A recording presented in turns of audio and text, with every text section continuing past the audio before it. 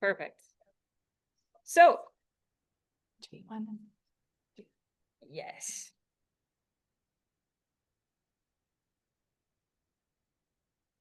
Here we go. All right. There's your remote presenter. So, Katelyn McDonough is an assistant professor of anthropology, affiliated faculty in Native American and Indigenous Studies, and curator of the Great Basin Archaeology at the Museum of Natural and Cultural History at the University of Oregon. As an environmental archaeologist interested in long-term relationships between people, foodways, and landscapes, Katelyn focuses on people's interactions with plants and changing environments during and since the late Pleistocene in North America. She uses archaeobotany, ethnobotany, palynology, and parasitology to explore these dynamics. As director of the Northern Great Basin Archaeology Field School, Katelyn leads educational and research programs in Central Oregon. She is also involved with field and collections-based projects through the far west, including environmental and dietary studies in Oregon, Washington, and Nevada. You can learn more on websites for the Environmental Archaeology and Paleontology Lab and Great Basin Archaeology Lab. And everybody give a hand to Katelyn.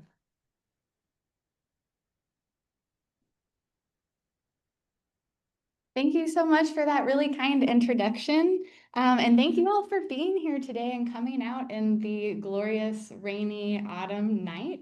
And also hello to everyone on Zoom. Thank you for being here too. I really appreciated the invitation to join you tonight. I really appreciate everything the OAS does for education and public outreach and supporting students and educational programs. It's really incredible. So thank you for everything that you all do. And also shout out to Greg and Julia for organizing and everyone involved in organizing tonight. I'm really excited to be here and to explore the Western STEM tradition, what we know, what we don't know, and how some ongoing work in Oregon is contributing to our understanding. Okay. So before we get into the details, I just kind of wanted to take a step back because our discussion tonight is kind of going to relate to some of these broader questions and really hallmarks of humanity and human history. So resilience, adaptation, ingenuity, and movement.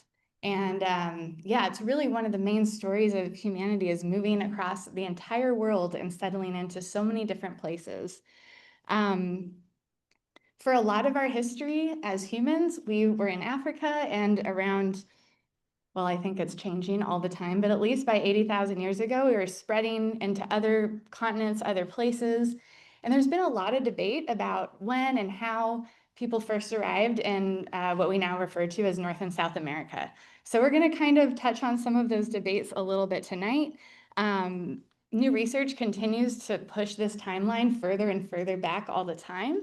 But one thing we definitely do know, and that all the evidence shows us, is that the first people to be in North America are the ancestors of Native American people and other indigenous people who have been here since time immemorial and who are still here today.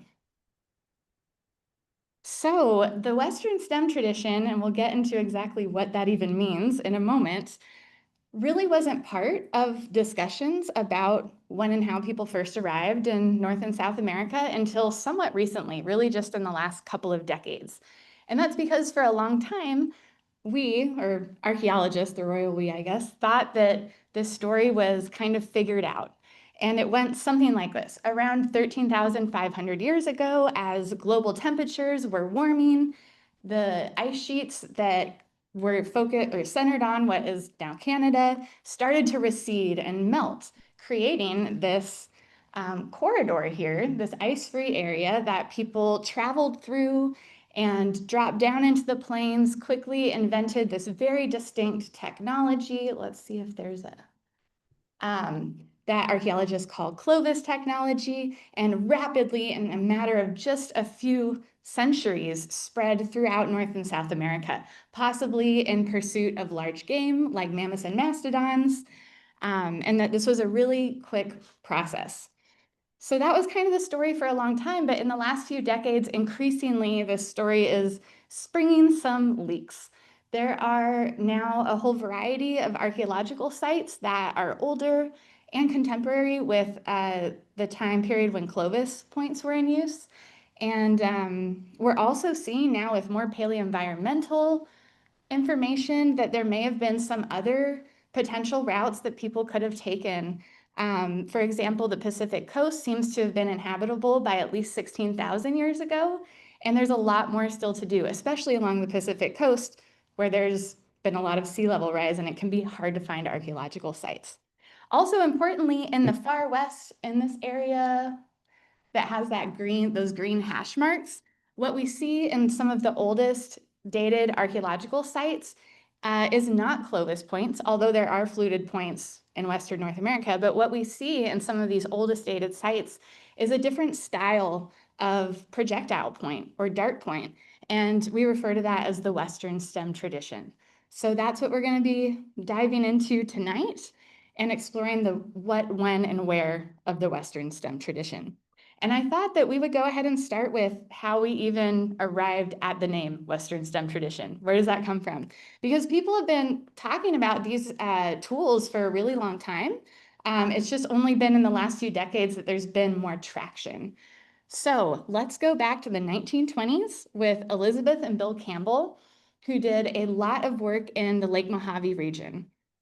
And they observed that there were these really distinct type of large stemmed points that they observed on the edges of long desiccated lake shorelines. And with working with geologists and looking at these landforms and thinking about the history of these lakes, they deduced that these points must be really old and people must have been here a lot longer than a lot of people accepted at the time, at least 10,000 years or more. Around the same time, here in Oregon, Luther Cressman was doing a lot of work, particularly in Eastern Oregon, and he was making some really similar observations. He noticed that there were these points on the edges of these now dried up lakes, and also working in some rock shelters like Fort Rock Cave and the Paisley Caves, he was finding these points below Mazama ash. And at the time, we didn't know exactly how old that was. We thought it might be 10,000 years. Now we know it's about 7,600. But he also at Paisley Caves was finding these points in association with now extinct animals like camels and horses. So he too proposed that these points must be really old, and therefore the people who were making them and left them there must have been here a long time ago. The overall archaeological community was not very welcoming of these ideas at first, and I think that resistance kind of continued for several more decades. So now we can look at Tom Layton's work. His dissertation research was looking at these types of tools in Nevada and neighboring regions, and he realized there's a lot of similarities going on here. Maybe this is a shared technology, maybe this is a shared culture. And he referred to these points as the STEM projectile point tradition.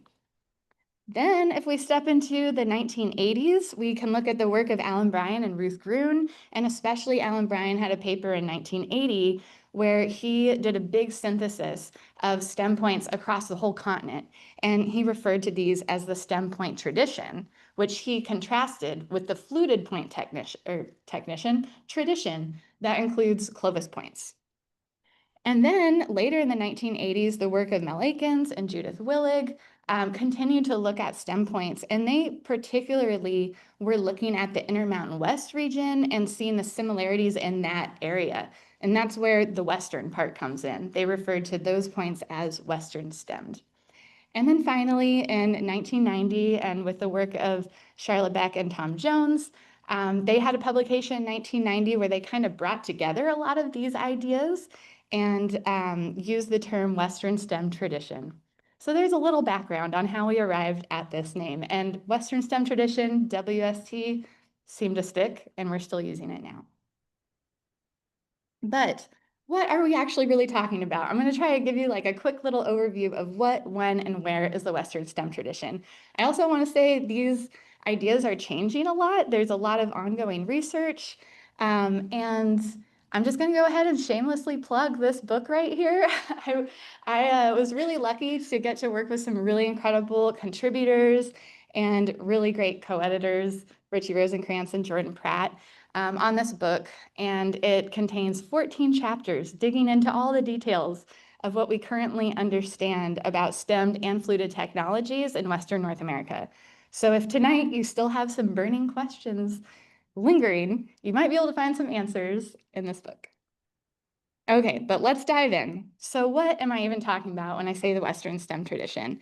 Really, the defining thing about the Western STEM tradition are these really distinct types of projectile points or dart points. And they have these bases that come down. Sometimes they're curved, sometimes they're straight or lanceolate, but they have some really shared similarities. So during the Ice Age, between about 15,700 and 11,700 years ago, so far we see at least 3 different styles that were being used and made during that time, including Cooper's Ferry, Haskett, and Lincooley. And then with the onset of the Holocene around 11,700 years ago, we see a lot of diversification. So there's a bunch of different styles. There's regional variability, regional styles happening. And now, as we continue to learn more and more about these types of tools, we're kind of like reframing the way we think about them. Some people group them differently than others. Myself and some others would include some of the points from the Pacific coast. Specifically here, we have the Channel Island Barred and Channel Island Amol points that also have a stemmed base and were used during the late Pleistocene. So there's shared similarities, but there's still a lot of like stylistic diversity in all of these different tools, and they change through time as well. But they are really distinct from the way that fluted points are made, and particularly with Clovis points, they have this really characteristic, kind of hard to see, flake taken out of the bottom or a flute taken out of the bottom of them, and we don't see that in Western STEM points. And just the way that these points are made, the way that, you know, decisions are made and flaking them seems to be just a different way of going about tool making. So when is the Western STEM tradition? There's a lot, there's actually quite a few dated Western STEM sites. This is an overview of some of them here, and you can see it's a pretty widespread temporally from about almost 16,000 years ago at Cooper's Ferry up until about 9,000 years ago. And I think sometimes this kind of throws people for a loop because, you know, you might think that we're saying people are using the exact same point for thousands of years without any change. But as we saw on the last slide, there's actually a lot of different styles and diversity happening through time. So here's just for reference, the Clovis time period on the figure here. And I should have said the bottom is thousands of years ago, and then we have different sites on the side. And as we saw on that last slide, there's a lot of different types of points that are being used in different places at different times. And we're just kind of referring to them together as the Western STEM tradition. So it's definitely not a stagnant technology. I did want to talk a little bit about Cooper's Ferry and Paisley Caves because they were really important for us understanding the antiquity of these tools. So the Paisley Caves right here in South Central Oregon was really one of the first places to show that stem points were as old as Clovis technology. And that was really important because that had really been the understanding that Clovis was the first and the only technology used 13,000 years ago. But at Paisley Caves, there's all these layers of sediment that built up, and there are these thin silt lenses that are basically formed in one single event. They're like a layer of mud. And in one of those layers of mud, they found the base of a stem point. And they were able to date a twig that was embedded in the same mud lens and also get radiocarbon dates above, below, and around this point. They got a lot of dates. And they were able to really demonstrate that they did actually date to around 13,100 years ago. So that was a pretty big deal. This was in 2012 that this came out. Then fast forward 10 years to 2022, and Lauren Davis and colleagues reported finding stem points in these pits, these like cache pits at the Cooper's Ferry site in Idaho. And they also got a lot of dates from the top and inside of these pits and showed that they dated to about 15,700 years ago, which is really important for our understanding not only of this technology, but also just human history here in North America. So both of these were pretty big deals, and I think we're just going to continue to see more and more happening in years to come. Okay, so what about where? Where is the Western STEM tradition? This is a map that Richie, thank you, Richie Rosenkrantz, you'll see a lot of his figures in this presentation, made with a lot of Western STEM sites. It's not every single one, but it does give you an idea of where they're concentrated, which is in the Great Basin, the Columbia Plateau, and then along the Pacific coast. So this is like the general area that we're typically talking about when we say the Western STEM tradition. But as more and more people are talking about these technologies and more archaeologists are working across regions, across the continent, across different perspectives and methods and theories, which I think is really important to do, we're starting to get broader pictures. So this is another figure from a paper by Richie, where him and his colleagues were working together to look at the certain type of stem point called Hasket that is this lancelet shape. And it's the oldest in the Great Basin and Plateau region where you see the red up here. But you can actually see some really similar types of technology being used to the east and the north as well, but later in time. So it kind of looks like this way of making these tools, either the ideas and or people are spreading out through time, which is really cool because around this time, we're also seeing the same thing happen in the other direction with fluted technology. So what I can be sure of is that by 13,000 years ago, there is a lot going on, and people already have a lot of different technologies that they have honed in. Okay, so that was kind of my quick what, when, and where. And I really like lithic technology. These points are incredibly impressive. They are not easy to make, and we can learn so much from projectile points. We also, as archaeologists, tend to talk about projectile points a lot because they're made of stone and they preserve really well. But this is just one aspect of people's lives, right? It's one part of their toolkit. It's just part of the big picture. So I hope my lithicist husband doesn't get upset, but for the rest of the talk, we're gonna kind of like try to get beyond just the projectile points. Like what else do we know about people's lives, the rest of their toolkits? And I wanna give some examples from some of the work that we've been doing in Central Oregon at the Conley Caves over the last 10 years. Okay, so the Conley Caves are a series of rock shelters that were eroded into this hillside by a huge lake that used to exist there that is long evaporated. There is a marsh nearby, but no lake any longer. And they're about 4 hours southeast of here, and they are on the ancestral lands of the Klamath Modoc and Northern Paiute people, who today their descendants are members of the Klamath tribes, the Burns Paiute tribe, the Confederated Tribes of Warm Springs, and the Fort Bidwell Indian community. And I just am so grateful for the privilege and the opportunity to get to work here. So the University of Oregon Archaeology Field School has been working at the Conley Caves almost every summer from 2014 to 2024. And Dennis Jenkins actually brought the field school there in 2000 and 2001 as well. So we have spent a lot of time doing field work. We are now done with the field work stage, but we have many more years of work to do. And I just kind of wanted to give you a little glimpse into what some of that work looks like. So most recently, we've been working in one of the shelters, and you can see one of our students here laying out the units at the top when we were first starting at the surface of the rock shelter. And 4 years later, we completed our excavation in that area. So it is not a quick process. It's not something we take lightly at all. We take it really seriously. We go, I don't know if I want to say slowly, but we go very meticulously and we map everything. And we're just really trying to learn as much as we can from a lot of different perspectives and methods and angles. So yeah, it took us 4 years to do excavate in this one area. And then this is what it looked like when we were done. We really want to make sure it looks like we were never there. And yeah, that's just a little glimpse into the work that we've been doing over the last 10 years. I wanted to also, I put this picture in here in part because I wanted to draw your attention to, if I can see it, this wall right here, because I'm about to show you a drawing of that profile here in a second.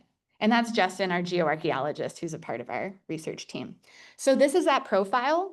that was right behind Justin at the top there, that's Mazama Tefra. So we know that's 7,600 years ago. And then at the bottom here, these are rounded cobbles like you would see in a river or something. Like, what the heck's that doing there in a desert? Well, that is the lake shore when the Fort Rock Lake was actually up in the shelters. And this is a really prominent shoreline. It has eroded a lot of other shelters in the area, like Fort Rock Cave, Cougar Mountain Cave, and we've never been able to date it because there are not organic materials in these deposits to date. And just to give you an idea of what this looks like, this is the basin now, but there would have been a ton of water in here sometime in the Ice Age, up to 200 feet of water. It would have looked a lot differently, and we're really working to understand the whole landscape, the water, the plants, the animals. The animals would have looked a little different, and anyone who knows me knows I never miss an opportunity for a pika picture. So here's a pika picture. I don't know how many of you have ever seen pikas. I love them. Yes, they're wonderful, or heard them. They no longer, sadly, can live in the Fort Rock Basin because it's much too hot for them. They are mighty but heat-sensitive creatures. And but we know that they were in the Fort Rock Basin back in the Ice Age. We find their bones at Conley Caves, and this tells us a lot about the landscape, the animals, and the climate. I also want to shout out Rebecca Terry at Oregon State University with her plushy kangaroo rat there. I want one. But she and her team are working on a huge study looking at the micro mammals from the Conley and Paisley Caves, because those critters can tell us a lot about what's going on environmentally. So that was a little aside, but the main point is we're really trying to understand the whole broad area, the lake history, the plants and animals, because that's all connected, right, with people. So in our last summer of field work, we did a final attempt to try to date this shoreline. This is Richie going out on a little night mission to collect samples for optically stimulated luminescence dating, or OSL dating, which basically allows us to measure the energy inside these little minerals, and it tells us when they were buried. So this is basically a way to date a surface. And so where you see those golden stars are where we took the samples. And we didn't know if it was going to work, but we were really excited just a couple months ago to get results back, and it did work. And they were in perfect order with all our other radiocarbon dates. So now we know that this shoreline dates between 16 and 14,000 years ago, which tells us that up until 14,000 years ago, the Conley Caves were probably like a peninsula surrounded by deep water and not very accessible to people and animals, which is probably why we've never found extinct fauna in the Conley Caves, because they probably couldn't get into there at the time. Okay, but we're going to go back to technology and foodways and those fun things. So above the shoreline, in these areas here, we see people recurrently visiting the shelters. I'm just going to be talking about some of these earliest visits, but Indigenous communities have been coming back over and over and over to the shelters for thousands and thousands of years. And in these areas, we see a progression of different stem styles being used, and then a change into cascade points. So I'm just going to give you a really quick overview of the technology that we're seeing, and I'm kind of grouping a lot of things together, but I can go into more detail if anyone has questions later. So in some of the first visits that we can see archaeologically, people are at the shelters by 12,900 years ago, making fires. There's a hearth that dates to this time period, and bringing with them stemmed points. There's just a few stem points. There's some cores, there's some scrapers. It's not a lot of material being left, probably small groups, short visits, but they're definitely there. Then around 12,700 years ago or so, we start to see a lot of activity going on at the Conley Caves. And this is around the time the Younger Dryas is happening, which is like a cold snap, a return to glacial conditions globally. And we see lots of stem points, Haskett style, Cougar Mountain style. We also see hundreds of scraping tools, little tiny eyed bone needles, little graver tools that can be used to etch and make holes in things and carve designs. So there is a lot going on, and there is a lot of specialized activity going on during this time, including sewing. And then around 10,500 years ago, we see a shift into cascade style projectile points. And we actually think we're seeing that transition happen because we find some points that half of us are like, that's a stem point, and the other half is like, that's a cascade point. So it kind of looks like we're getting a glimpse into this transition. And some of you might be looking at this object up here. That's a crescent. Crescents are tools that people debate what their function is. A lot of archaeologists have proposed they're hafted and used to hunt waterfowl, but we don't have a lot of instances where we've been able to date them very well. So we were really excited when we found a crescent in situ with a hearth nearby that we were able to date to about 9,700 years ago. So that provides a second instance of a dated crescent in the Great Basin. And it was, yeah, about 9,700 years ago. And we just published that in North American Archaeologist. So that's kind of the general changes in technologies we're seeing, but we're also seeing differences in the way the different shelters are being used. So for instance, in Cave 4, during that time period that I mentioned, the Younger Dryas period, there are so many scraper tools. There are a bunch of eyed bone needles, these gravers. There is some serious activity going on that involves sewing and probably hide processing. So this led us to propose that this might be a sewing camp or a place where people are coming together, probably in the late fall, to process hides and to make things perhaps like fitted clothing to stay warm and survive the winter ahead. And this is not unheard of. There's actually a lot of different locations where there are little tiny bone needles across all of North America during the Ice Age. And then we kind of don't see them as much and when the Holocene happens. So we think that this is really related to cold weather. And this is a map of Western stem sites that have bone needles at them. So there's actually quite a few. But what are they sewing? We don't know for sure. We're proposing that it's clothing, but we don't often get to see that part of people's lives because this is often plant and animal-based tools and items that don't preserve well. But as some of you learned if you went to Richie's talk a few months ago, we are starting to get a glimpse into what people were sewing and what they might have been processing with all those scrapers. So just within a day's walk of the Conley Caves is a place called Cougar Mountain Cave. And Richie's been leading a team of us doing some work with the items from Cougar Mountain Cave. And they include sewn hide. So it's kind of hard to see, but there is actually plant fibers twisted with animal hair sewn through this object on the far left. And there's also hide string and cordage and wooden little, what we think are parts of traps for small game. So it's really interesting to get to see a little bit about this part of people's lives. And I think it's such an important reminder of all the things we're usually missing in archaeology. Oh, one last thing I wanted to mention too, the sewing camp, that is also kind of telling us a little bit about people's social lives and when they might be coming together. And a lot of times, you know, we want to know about the plants and the animals and where the water is and the stone tools. But you know, you can go weeks without eating, you can go days without drinking, but you can only go a matter of hours in freezing temperatures before you're going to succumb to exposure to cold weather. So back in the Ice Age, when it was even colder, it would have been really important to be prepared for the winter. So I think these are things that maybe we can start thinking about more. We're also looking at people's movements and trying to understand their technology by using XRF, X-ray fluorescence analysis, which is basically a really wonderful, non-intrusive way to get a little elemental fingerprint of a stone. And then you can match that to known fingerprints of obsidian flows in your area. And Oregon is probably one of the best places in the world to do this work because it's such a volcanic obsidian-rich landscape. And we have done this with about 1,000 objects from Conley Caves so far. And I'm just going to talk tonight a little bit about our results from Cave 6. So in the Ice Age in Cave 6, these are all the different sources that we've identified so far out of about 100 objects that we've looked at. So we can see that there's pretty wide-ranging connections all the way, 12,000 years ago or so. Conley Caves is in that yellow circle there. We're seeing a lot of the toolstone is local. There's actually nappable basalt that is available right within a few hundred feet of the shelters.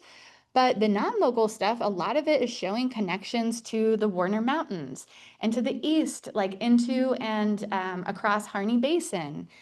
So we're seeing those connections and those networks really early on. Then in the early Holocene, we see still a lot of local toolstone use, but we're seeing these connections to the West, which is pretty interesting. And this could potentially relate to changing climate, warming conditions, people going into the Cascades. Yeah, so we're definitely seeing some changes through time, but there are certain places that people are returning to all the time.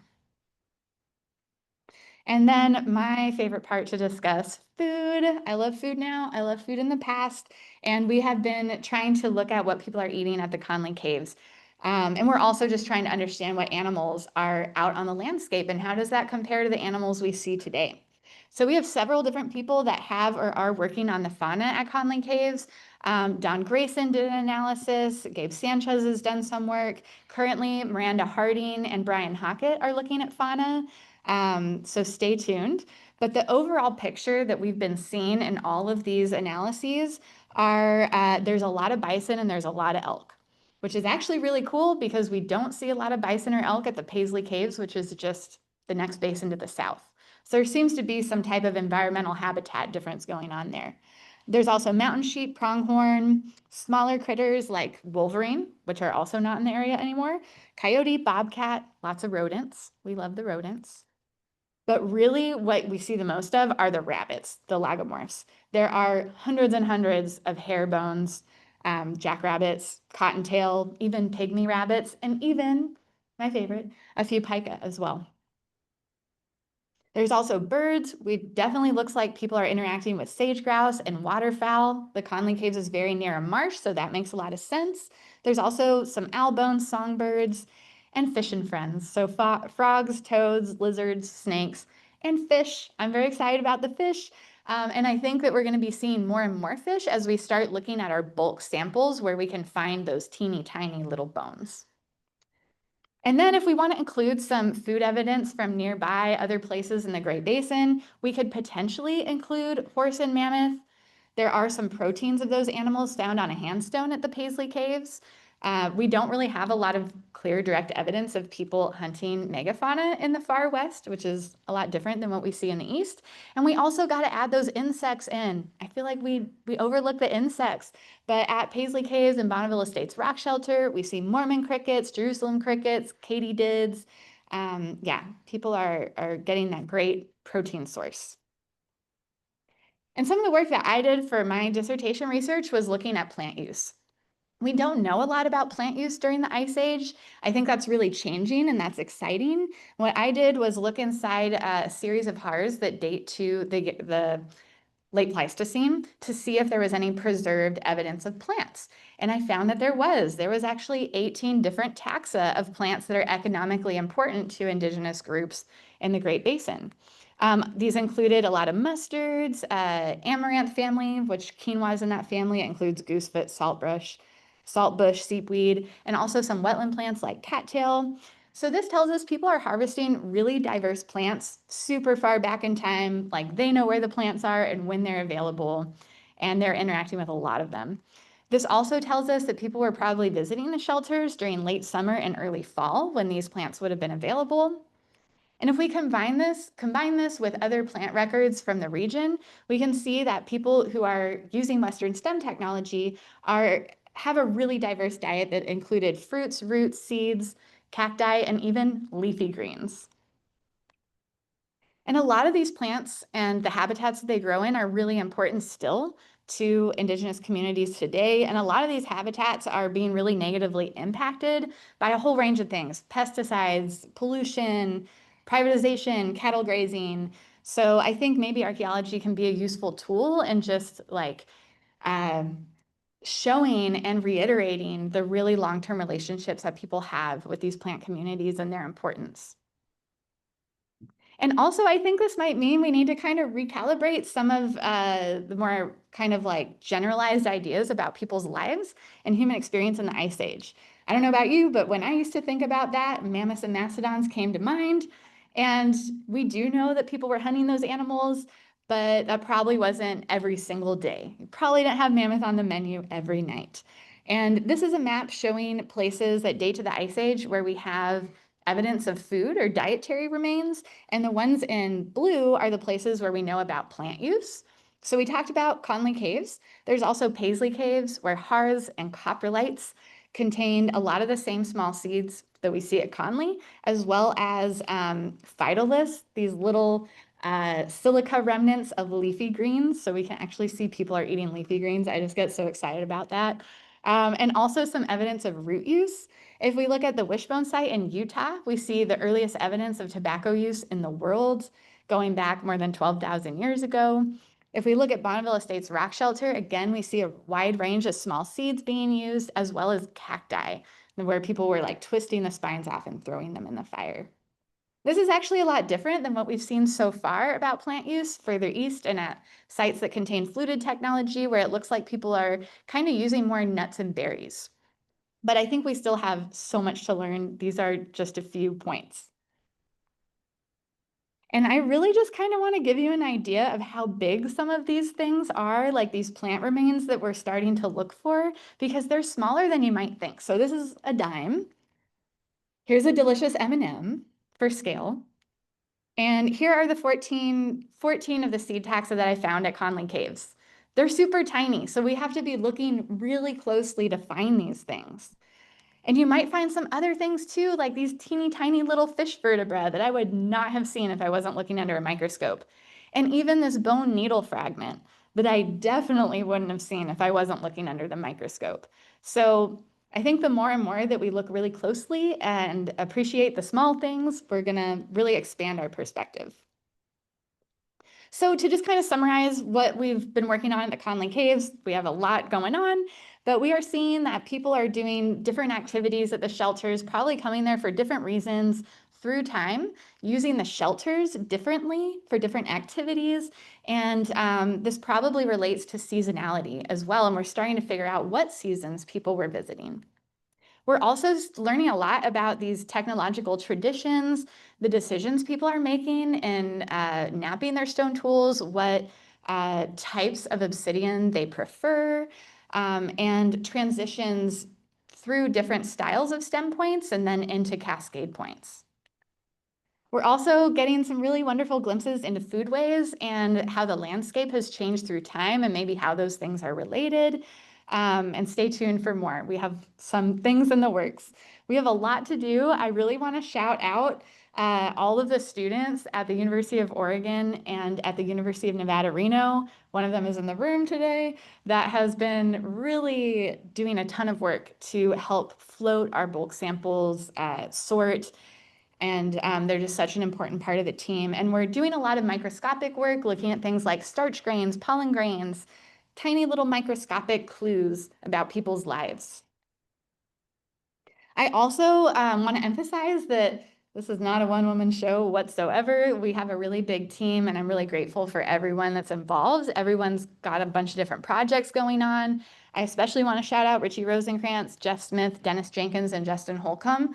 They're really like this core, team that has been working at the Conley Caves this whole time. Richie's doing a lot of work on the lithics for his dissertation. Justin's really focusing on the geoarchaeology. I'm looking at the botanicals. And we actually have several students that are now doing their PhDs working on the Conley Caves, which is really exciting. Stefania Wilkes is looking at starch grains on groundstone to see if we can understand if people are interacting with roots. Miranda Harding and also Brian Hockett. Brian Hockett was not a field school student, but he is wonderful. They are both working on the fauna. And Shelby Saper is looking at lithics, particularly the cascade points. And again, we have a bunch of students that are a part of our team, and we just really couldn't do it without everyone. So to wrap up the broader conversation, what do we know about the Western STEM tradition and the people who were making these tools? We know this is a widespread and distinct technology that was in use at least 15,700 to 9,500 years ago, but there's a lot of change in that time as well. Mostly focused in far Western North America, but it looks like these styles also were spreading through time. And we're starting to see some really cool connections. We're starting to see a lot of aspects of the resilience that people had through changing climates, through changing animal communities, and various things that happened, especially between the Ice Age and Holocene transition. People had diverse foodways, really deep knowledge of where they were living, moving seasonally, regional networks forming super early on. So we're starting to learn some things, but there's still so much that we don't know. So many questions left to pursue. We really, I think, could learn a lot more about regional and chronological variability, people's organic technologies and those aspects of people's lives, their traditions, their relationships with now extinct fauna. We don't know a lot about that in the far west. And then things like social practices, all these aspects of people's lives and their communities that are really hard to see. But that doesn't mean we shouldn't try to understand and think about it. Clothing, that's going to be a really important thing to think about more in the future, and just local knowledge, like in the past and in the present too, because archaeology is a really great tool. It's one way of knowing about the past, but there's also other ways. There's oral histories, there's traditional knowledge, there's ecological information. So I'm really excited about the future of working broadly with lots of people. And I also want to shout out so many of the people that have contributed to this work that I shared tonight. The Klamath, Northern Paiute, and Modoc peoples, and the Bureau of Land Management. Again, we're just really appreciative to have been able to do this work. The Museum of Natural and Cultural History, University of Nevada, Reno. We've been able to get some grants to help support this work through time. And also there's a lot of private donors that make our field school possible, and especially support for students possible. And yeah, all our field school students, staff, collaborators, volunteers, and supporters, we just really couldn't do this work if it wasn't together. So I just want to thank all of them. And thank you all for being here tonight and listening. And if you want to follow along, we have a lab website, and I will put updates there periodically. And you can also email me anytime if you have questions, if you want a copy of our paper, anytime, just reach out. But thank you so much.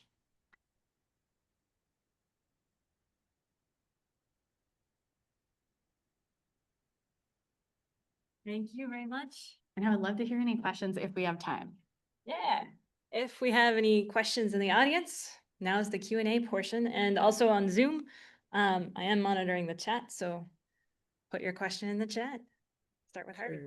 Question on this Western tradition, was that, do you think that Obsidian Point was optimized for a certain type of game? And then as the Ice Age waned, then the game changed and they had to change their technology to optimize it for that another type of game to hunt. Is that that's why it changed that technology? And then maybe after the questions, I'd like to talk to you about this optical dating. Oh yeah, I'd be happy to talk to you about that dating method. It's really cool. Yeah. Yeah, that's a really great question. And yes, that is one of the main ideas about why these projectile point styles are changing, and particularly why some of them are quite large, and they're also really hard to make. Like Hasket points are hard to make. They're a big investment into your technology. And some people have proposed that that is because they are specifically suited to large game that may have been more abundant during the time periods that those points were made, and that perhaps through time, as some of those larger animal populations changed or decreased, so did the hunting technology. And also we do see some smaller stem points. So maybe there's some areas where you don't need a huge point to hunt whatever you're hunting. So I definitely think it's like really specialized to what people are pursuing and what they're doing. And it probably does relate to changing animal communities. Yeah, good question. How did they make those perfectly round little tiny holes in the needles? Also, you misspelled donors. Oh no.